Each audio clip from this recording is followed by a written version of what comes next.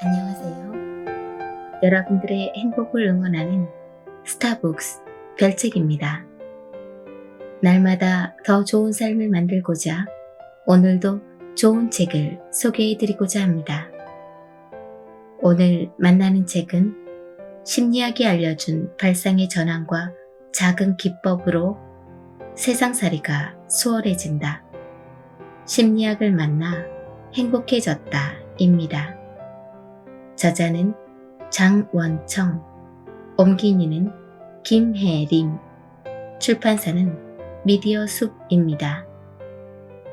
다음은 심리학을 만나 행복해졌다 책 속의 내 마음이 마음대로 안 될 때 부분입니다. 오늘도 별책과 함께 한층 성장하는 보람된 시간이 되었으면 좋겠습니다.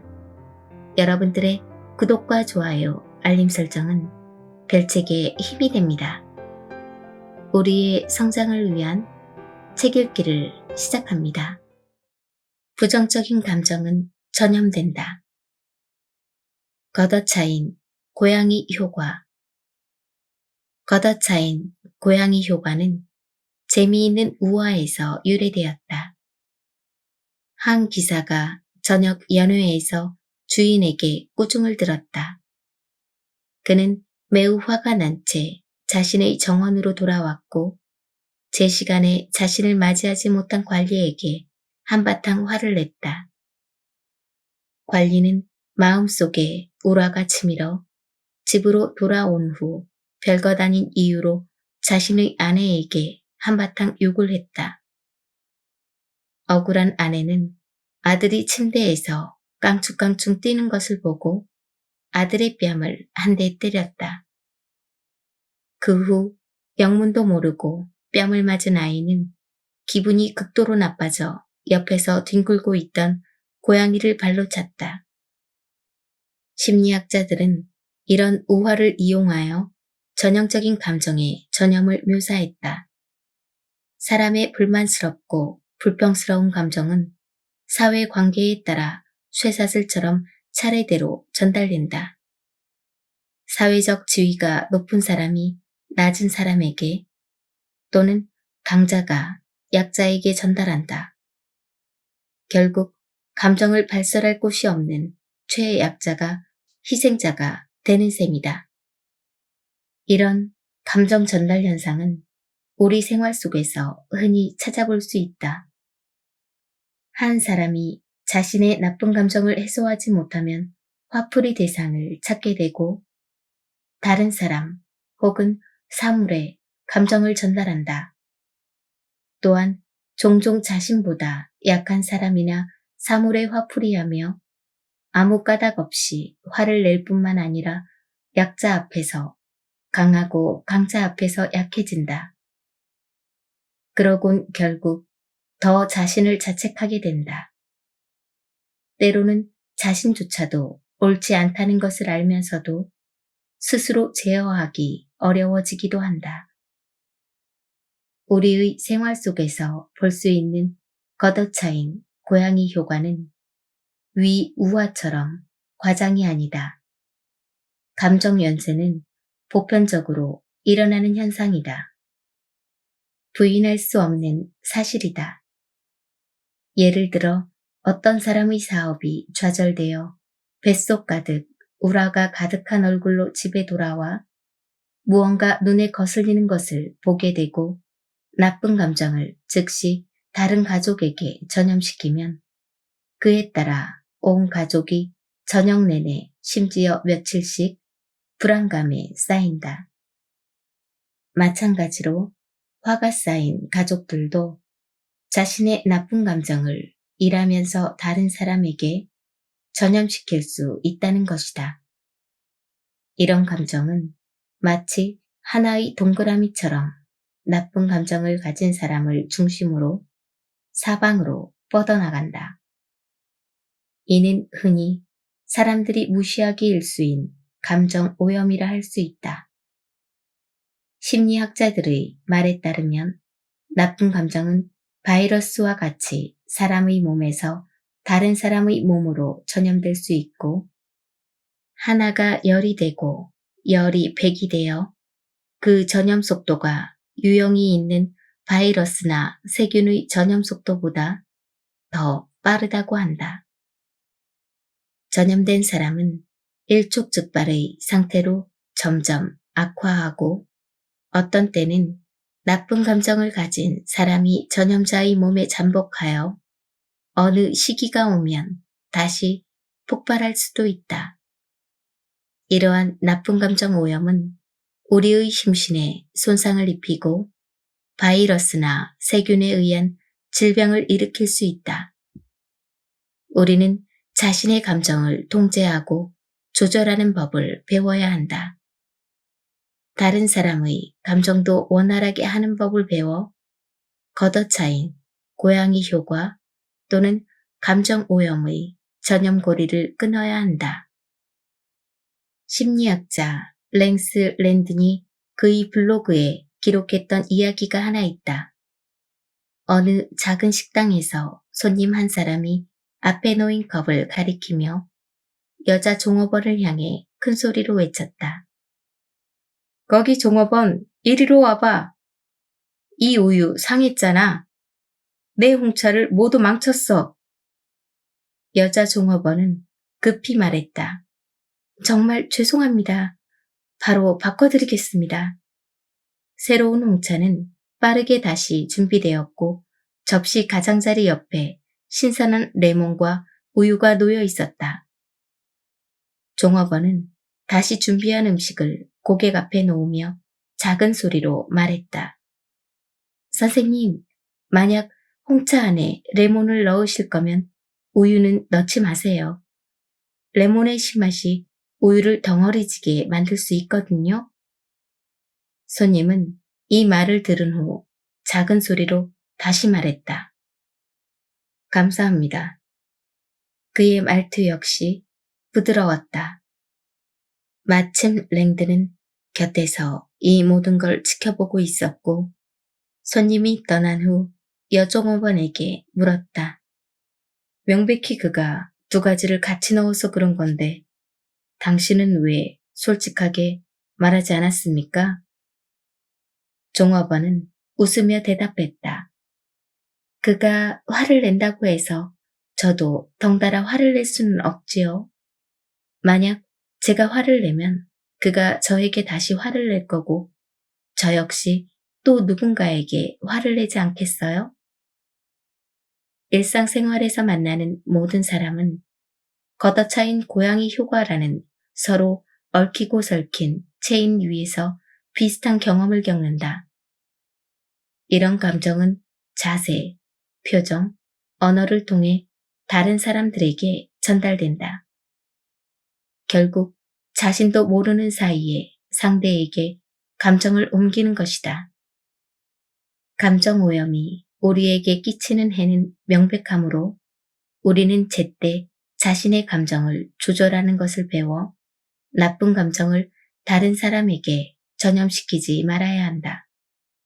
이렇게만 된다면 우리는 햇빛으로 가득한 생활을 할 수 있을 것이다. 사소한 일에 화를 내는 사람의 결말. 야생마 엔딩. 아프리카 초원의 야생말은 흡혈박쥐를 제일 무서워한다. 흡혈박쥐는 동식물의 피를 빨아먹으며 산다. 늘 야생마의 다리에 달라붙어 말이 아무리 화를 내도 끝까지 태연하게 피를 빨아먹고 나서야 떠난다. 흡혈귀를 가지고 있는 말은 어떤 방법을 써도 결국 산채로 죽음을 맞는다. 그러나 동물학자의 연구에 따르면 흡혈박쥐가 빨아먹는 피는 극소량이며 야생마에게 전혀 치명적이지 않다. 즉, 야생마가 목숨을 잃는 진짜 이유는 흡혈박쥐에게 당한 이후 느끼는 분노 때문이었다. 돌려 말하자면 흡혈박쥐는 단지 야생마의 죽음을 유인할 뿐이고 야생마가 이 유인의 격렬한 감정으로 반응한 것이 직접적 사망의 원인이다. 이에 따라 심리학자들은 사소한 일로 크게 화를 내거나 다른 사람의 과실로 자신에게 해를 입히는 현상을 야생마 엔딩이라 부르기 시작했다. 셰익스피어는 말했다. 당신의 적 때문에 불을 지피지 말고 차라리 당신 자신을 불태워 죽여라. 우리가 화를 낼 때 그 분노는 다른 사람에게까지 미칠 수 있고 결국 그 분노는 화가 난 자신마저 불태울 수 있다. 의학 심리학자들도 비슷한 실험을 진행한 적이 있다. 배고픈 개 한 마리를 철창에 가둔 후 철창 밖에 다른 개 한 마리가 그 앞에서 고기를 먹는다. 결국 철창 안의 개는 기아 상태로 인한 병리 반응이 나타나기도 전에 이미 조급함을 느끼며 질투와 분노의 부정적인 감정에 사로잡혀 노이로제 같은 병적인 반응을 보인다. 사실 분노는 정상적인 감정 반응이다.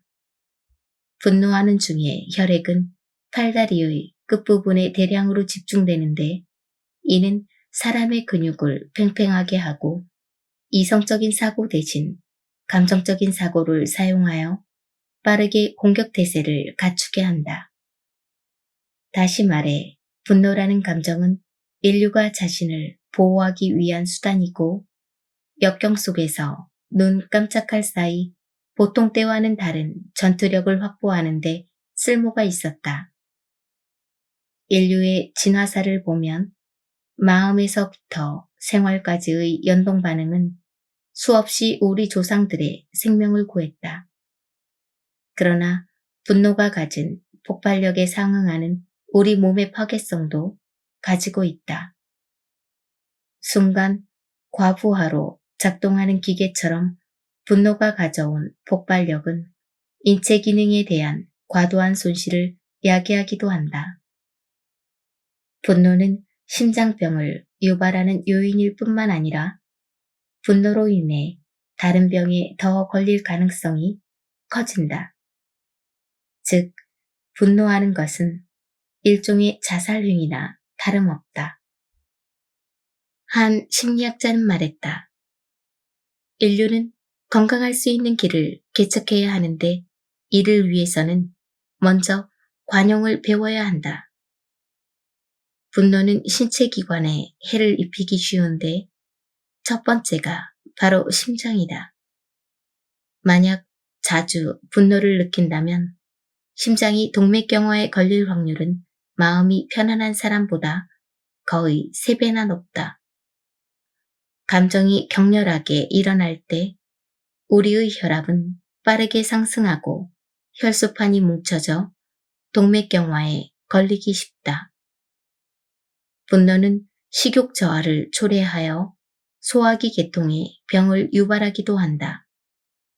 또한 분노는 간에 영향을 끼쳐 간을 불편하게 하고 간과 쓸개의 불화를 유발하기도 한다. 고혈압 환자는 화를 잘 내는 특징이 있다. 많은 전문의가 반복해서 환자들에게 다음과 같이 경고한다. 만약 분노를 자제하지 않는다면 장기적인 고혈압과 심장병이 따라올 것입니다. 미국 워싱턴주에 있는 경찰 서류 중에는 기괴한 살인사건이 기록되어 있다. 어느 날 작은 식당의 주인인 68세 윌리엄과 그 식당의 요리사가 어처구니 없는 이유로 다투었다. 요리사는 무조건 찻잔으로 커피를 마셔야 했는데 윌리엄은 찻잔으로 커피를 마시는 것은 터무니없는 일이라고 생각했다. 그 때문에 둘은 싸우기 시작했다. 윌리엄은 다툴수록 더 화가 났고 분노에 휩싸여 권총 한 자루를 집어든 채 요리사에게 고함을 질렀다. 요리사는 재빨리 달아났고 윌리엄은 총을 휘두르며 쫓아갔다. 그 결과 도리어 윌리엄이 쓰러져 죽었다. 윌리엄은 오발로 죽은 것일까? 결코 아니었다. 부검 보고서에 따르면 윌리엄은 심장병으로 죽었다. 극도의 분노와 더불어 격렬한 움직임까지 더해져 급성 심근경색을 일으킨 것이다. 자신의 몸과 정신 건강을 위해서라도 의식적으로 격한 감정을 통제해야 한다. 분한 감정이 곧 폭발할 것 같을 때는 의식적으로 자기 자신을 통제하고 스스로 이성을 유지해야 한다는 사실을 일깨운다. 또한 자신에게 화내지 마. 분노는 몸을 상하게 할 수도 있어. 라고 말해준다. 의학 전문가들은 실험을 통해 분노의 감정을 스스로 잘 억제할 경우 사망률과 심장병 재발률이 크게 떨어진다는 사실을 발견했다. 자신과 다른 사람을 모두 해치는 이런 나쁜 정서를 어떻게 효과적으로 억제할 수 있을까? 구체적인 방법은 많다. 그러나 제일 중요한 법칙은 외부 자극에 대한 자신의 인내력과 객관적 평가 능력을 향상하고 화가 치밀어 오를 때 반복적으로 자신에게 이건 화낼 가치가 없는 일이라고 알려주는 것이다. 또 다른 중요한 방법은 스스로 자진해서 분노의 감정을 풀며 마음속의 분노를 가라앉히는 것이다. 불평을 다른 사람에게 털어놓고 친한 친구로부터 충고와 위로를 얻는 것으로 분노를 완화할 수도 있다. 혹은 화가 날 때 주의를 딴 곳으로 돌리면서 분노를 식히고 가능한 한 빨리 그 환경에서 벗어나면 더 큰 분노를 피할 수 있다. 그러면 분노의 감정은 점점 사그라든다. 눈에는 눈, 이에는 이는 틀렸다. 헤라클레스 효과. 일상에서 자주 볼 수 있는 현상 하나가 있다. 두 사람이 갈등을 빚을 때 상대방이 보복하려 들면 상대에 대한 원한이 더욱 깊어지고 심지어 상대에게 해를 끼치려고 온갖 궁리를 하게 된다. 이 같은 광적인 보복 행위는 또 다른 이의 원한을 살 수도 있다. 이러한 과정에서 양측의 적대감은 점점 깊어지고 보복의 수단 역시 격해진다. 이런 현상에서 나오는 심리학 개념이 바로 헤라클레스 효과다. 헤라클레스는 고대 그리스 신화에 나오는 힘이 아주 센 영웅이다. 어느 날 그는 울퉁불퉁한 길을 걷다가 발끝에서 모양이 불룩한 이상한 자루 하나를 보았다. 그는 호기심에 자루를 발로 밟았다. 그런데 자루는 터지지 않고 점점 부풀어 올라 그 크기가 2배가 되었다. 헤라클레스는 화가 나 온 힘을 다해 발로 자루를 차버렸다. 자루는 계속해서 더 부풀어 올라 마침내 길을 막아버렸다. 그가 빼도 박도 못하게 되었을 때 한 성자가 다가와 헤라클레스에게 말했다. 자네가 발로 찬 이 물건은 분노의 자루네. 자네가 분노하면 할수록 이 물건은 점점 커질 것이고 반대로 더 이상 상대하지 않는다면 그것은 처음처럼 작아질 것이네. 분노는 헤라클레스가 우연히 만난 이 자루와 같다. 만약 우리가 분노를 무시한다면 그것은 자연스럽게 사라질 것이고 분노를 상대한다면 그것은 배로 커질 것이다. 눈에는 눈, 이에는 이 같은 복수 심리는 인류 사회 초창기에 형성된 일종의 행동 규범으로 그 목적은 남에게 해를 입히는 모습을 보여줌으로써 남이 나를 침범하지 않으면 나도 남을 침범하지 않을 것이다 라는 것을 보여준다. 이러한 복수의 본질은 징벌과 위력에서 시작된다. 그 자체로는 분노를 푸는데 결코 도움이 되지 않는다. 또한 상대에게 해를 입히고 복수하는 것일 뿐 마음속의 원한을 푸는데도 도움이 되지 않는다. 현재 사회 규범이 나날이 성숙해짐에 따라 분노나 복수가 가져오는 실제 사회 가치는 점점 작아지고 이에 대한 개인의 부정적인 작용은 점점 뚜렷해지고 있다. 현대사회는 원시사회와는 다르게 사람과 사람 사이의 관계가 더 밀접해졌다. 또한 협동이나 공생관계 역시 더욱 강화되었다. 그에 따라 남에게 복수하거나 다른 사람을 적대시하는 행동은 남에게 해를 입히는 동시에 자신에게 불리한 행동이 되었다. 더욱 심한 경우 문제를 잘 해결할 기회를 양쪽 모두 놓치고 결국 얻는 것보다 잃는 것이 많아진다. 이와 반대로 잠깐의 증오를 풀 줄 아는 사람은 타인에 대한 이해, 존중, 그리고 신뢰를 얻어 더 많은 협동의 기회를 얻는다.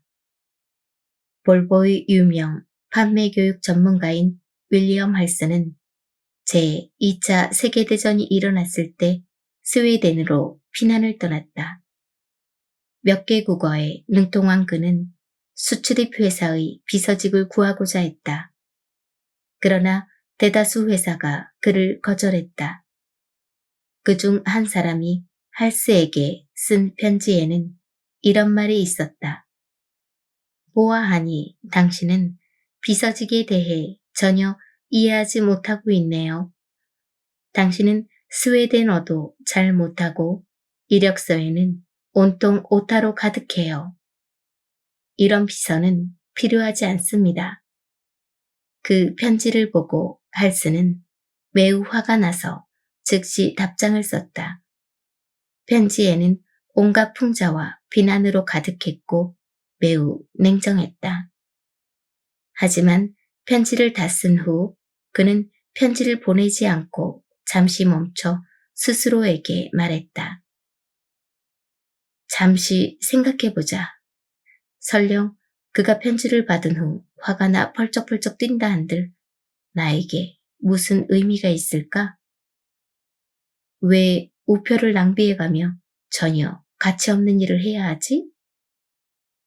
할스는 방금 쓴 욕으로 가득한 편지를 찢어버리고 다시 한 통의 편지를 썼다. 편지 내용에는 자신의 문법 능력이 그저 부끄러울 뿐이라고 말하며 이를 지적해준 상대에게 감사를 표현했다. 며칠이 지난 후 할스는 다시 답장을 받았다. 상대의 어휘는 매우 공손했고 이전에 자신이 무례했음을 사과했다. 그는 할스에게 당장 비서일은 어렵지만 행정부처에서 먼저 경력을 쌓으라고 조언했고 편지와 함께 고용 계약서를 보내왔다. 할스는 결국 스웨덴에서 첫 직장을 얻을 수 있었고 직장 생활을 시작할 수 있었다. 할스가 말한 것처럼 만약 당시 그가 욕이 가득한 편지를 보냈다면 복수에는 성공했을지 몰라도 그 뒤 어떻게 되었을까? 그는 여전히 직장을 구하지 못했을 것이다.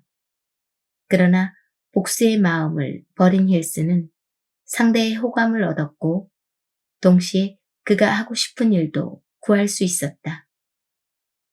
인간관계에서 이해 충돌이 없을 수는 없다. 이때 넓은 마음으로 원한을 감싼다면 분노는 자연스럽게 사라지고 이는 남에게뿐 아니라 자기에게도 유익하게 돌아올 것이다. 상대에게 복수심으로 원한을 가지면 잠깐의 쾌감과 더 큰 원한을 얻는 것 말고 과연 다른 좋은 점이 또 있을까? 실패 경험이 쌓이면 무기력에 빠진다. 학습된 무기력. 학습된 무기력은 미국의 심리학자 마틴 셀리그만이 1967년에 진행한 연구에서 나온 말이다. 그는 개를 이용하여 고전적인 실험을 진행했다. 맨 처음 버저가 붙어있는 우리 안에 개를 가두고 버저가 울리면 개에게 전기 충격을 가했다. 우리 안에 갇힌 개는 전기 충격을 피하려고 이리저리 뛰어다니며 탈출을 시도했지만 빠져나갈 방법이 없었다. 매번 땅에 쓰러져 신음하며 대소변을 가리지도 못했다. 이런 고통을 여러 번 반복한 후 셀리그만은 실험 과정을 바꿨다. 버저가 울린 후 급하게 전기 충격을 가하지 않고 먼저 탈출할 수 있게 우리 문을 열어두었다. 하지만 개들은 도망치지 않고 오히려 전기 충격을 가하기도 전에 땅에 쓰러져 신음하며 떨기 시작했다. 원래 개들은 적극적으로 도망갈 수 있었지만 이전에 느꼈던 절망적인 경험 때문에 도망가는 것을 포기하고 고통을 묵묵히 기다리게 된 것이다. 셀리그만은 이를 학습된 무기력이라고 설명했다.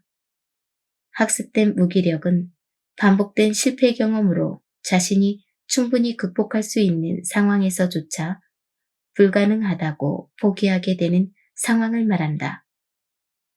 장기간 부정적 생활 경험이 축적됨으로써 자신감과 성공을 추구하는 동력이 상실된 것이다. 하지만 중요한 것은 무기력이 학습되듯이 낙관주의도 학습될 수 있다고 셀리그만은 말한다. 절망적인 환경은 없고 절망적인 마음 상태만 있을 뿐이다. 만약 좌절 속에서 버틸 수 있다면 좌절은 자기 인생의 소중한 재산이 될 것이다. 좌절에서 빠져나오지 못하면 학습된 무기력의 함정에 빠져들겠지만 그 속에서도 긍정적인 감정, 즉 기쁨, 만족, 자부심, 열정 같은 감정을 수시로 더 많이 느끼려고 한다면 수동적이고 체념적인 마음 상태를 깨부술 수 있다. 미군 해병대 퇴역장교 콜먼 미첼은 한 번의 비행사고로 65% 이상의 피부에 화상을 입는 중상을 당해 16번이나 수술을 받아야 했다. 수술 이후 그는 포크를 들 수도 없었고 전화를 받을 수도 없었으며 혼자서 화장실에 갈 수도 없었다. 하지만 이런 좌절감은 그를 절망에 빠뜨리지 않았고 마지막 수술이 끝난 후 미첼은 보험금으로 콜로라도주에 있는 빅토리아 시대풍의 집 한 채를 구입했다. 그리고 건강을 회복하기 위한 훈련을 계속했다. 놀랍게도 6개월 후 그는 다시 비행기를 탈 수 있었다. 건강을 회복한 후 미첼과 2명의 친구는 함께 회사를 차려 목재를 연료로 쓰는 난로를 전문적으로 생산했다.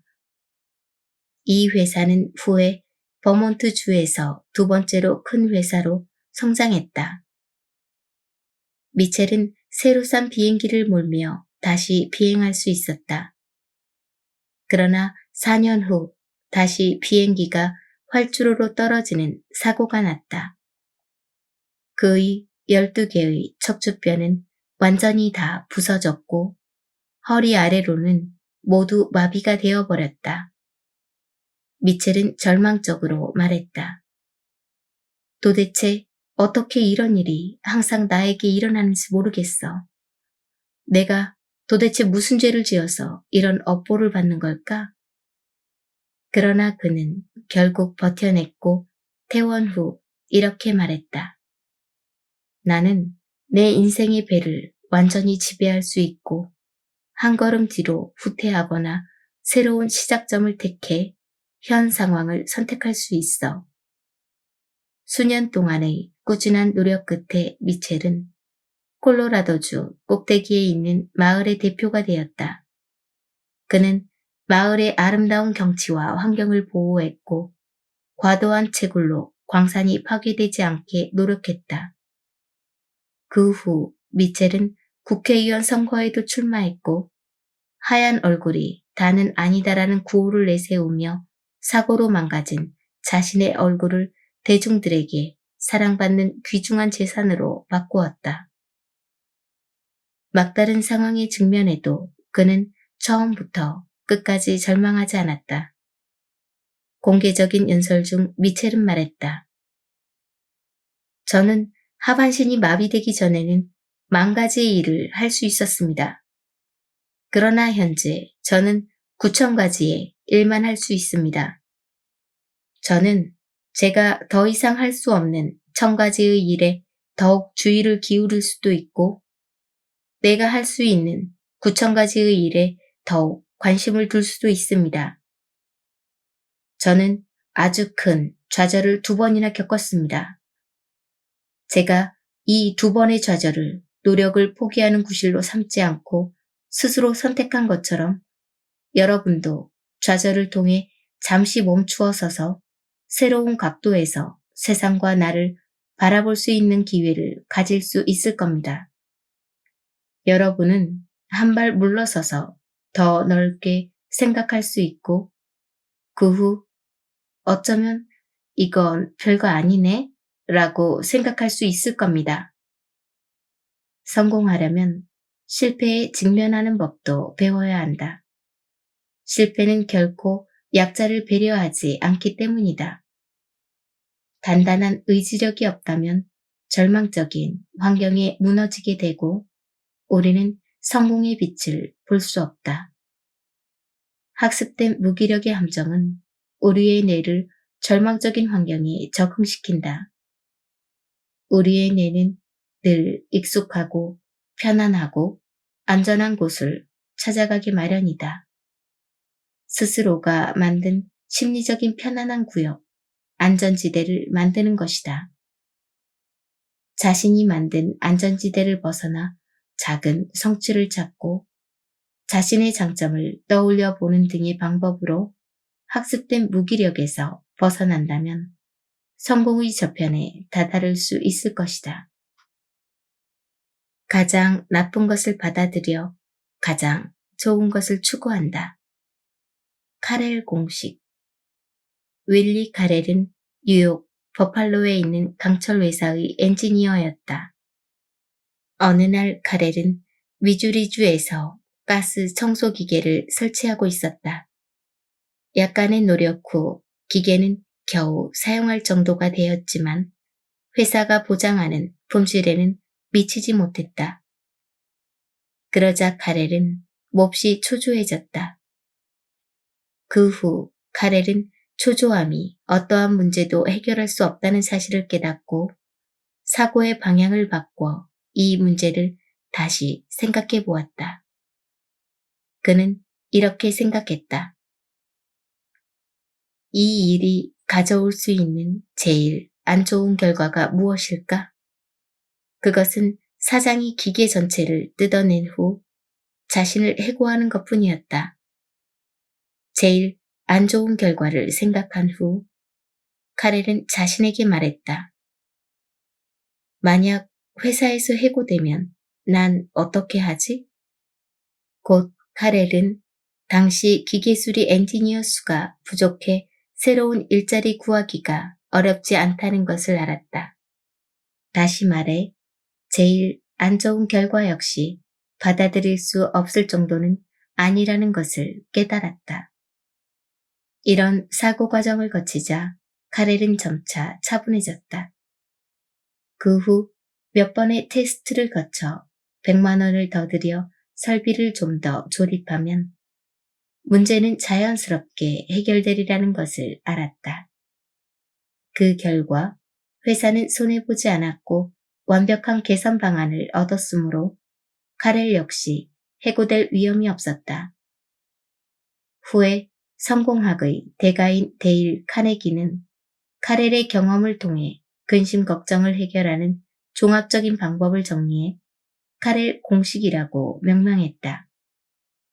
카네기의 걱정을 멈추고 즐겁게 사는 법에서 그는 카렐 공식에 대해 정의했다. 가장 나쁜 상황에 직면했을 때 먼저 정신적으로 받아들이고 침착하게 집중하여 문제를 해결하면 걱정의 근원을 지울 수 있다고 말했다. 카렐 공식의 사용법은 사실 매우 간단한데 세 가지 절차가 있다. 첫 번째, 먼저 두려움을 없애고 이성적으로 전체적인 상황을 분석한다. 그 후 실패했을 때 발생할 수 있는 제일 나쁜 상황이 무엇인지 찾아낸다. 두 번째, 발생 가능성이 있는 제일 나쁜 상황을 찾아낸 후 그것을 받아들일 수 있어야 한다. 이렇게 하면 비록 상황을 돌이킬 수 없더라도 우리는 빠르게 털어낼 수 있다. 세 번째, 그 후 우리는 평화롭게 우리의 시간과 힘을 쏟을 수 있고 우리 마음속에 받아들인 제일 나쁜 상황을 개선하기 위해 시도할 수 있다. 적절히 대처한다면 우리는 빠르게 가장 나쁜 상황에서 벗어날 수 있다. 그러나 만약 우리가 계속 걱정만 한다면 아마도 문제는 영원히 해결되지 않을 것이다. 걱정의 안 좋은 점은 우리의 집중력을 망친다는 것이다. 우리가 걱정하고 우려할 때 생각은 여기저기 흩어져 돌아다니고 또한 결정 능력이 상실된다. 우리가 가장 나쁜 상황에 직면할 때 더 나아가 그것을 정신적으로 받아들이면 발생 가능한 모든 상황을 고려할 수 있게 되고 집중해서 문제를 해결할 수 있는 위치에 자신을 놓을 수 있다. 즉, 더 이상 걱정하지 않을 때 비로소 많은 문제가 저절로 해결될 것이다. 영국의 심리의사 로빈 한슨의 치료 기록 중에는 이런 예시가 있다. 한스의 친구 에일 헨리는 심각한 우울증으로 위궤양에 걸렸는데 먹을 수 있는 것은 오직 소다 가루뿐이었다. 그는 매 시간 반 숟가락씩 소다 가루를 물에 타 먹었고 매일 아침 그리고 저녁엔 간호사가 고무 튜브를 가져와 그의 위장에 꽂고 그 안에 든 것을 씻어냈다. 이런 상태가 몇 개월 계속되자 한스는 헨리에게 한 가지 제안을 했다. 친구야, 의사가 너의 병이 치료되지 않는다고 말한 이상 결국 제일 최악의 상황은 죽음뿐이야. 너는 줄곧 죽기 전에 세계 일주를 하고 싶어 했으니 지금이라도 가서 이 소원을 이루어 보자. 헨리는 한스의 제안을 받아들였다. 그는 곧장 관 하나를 산 후 상선 회사에 의뢰해 그것을 배에 실었다. 만일 그가 죽으면 시체를 관에 넣어 영국으로 보내달라고 했다. 그 후 헨리는 세계 일주 여행을 시작했다. 그런데 신기하게도 그는 여행을 시작한 후 몸이 훨씬 좋아진 것 같은 느낌에 점점 약을 먹지 않았고 위를 씻어내지도 않았다. 몇 주가 지난 후 그는 심지어 담배를 피우고 위스키를 마셨다. 여행이 끝난 후 그의 위경련은 기적적으로 약의 도움 없이 완쾌되었다.